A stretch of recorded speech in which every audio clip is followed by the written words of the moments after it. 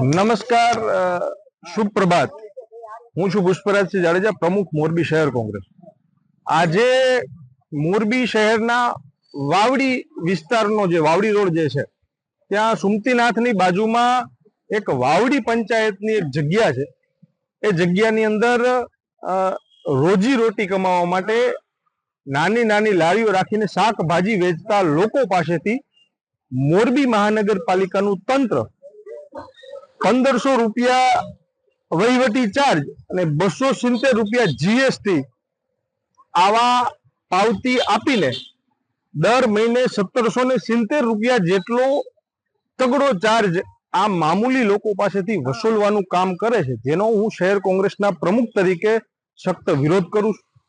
આ લોકોની વ્યથા અને વેદના છે।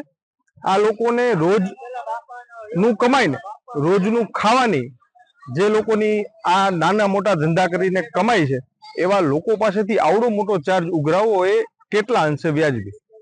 આ તમામ લોકોને મહિને જે 1770 રૂપિયા ઉઘરાવવામાં આવે છે એમાંથી 500 રૂપિયા જેટલો મામૂલી ટોકન દરે ચાર્જ કરવામાં આવે એવી આ તમામ નાના વેપારીઓ વતી મોરબી શહેર કોંગ્રેસની ટીમ માગણી કરે છે અને મોરબી મહાનગરપાલિકાને લેખિતમાં પણ રજૂઆત કરવામાં આવશે।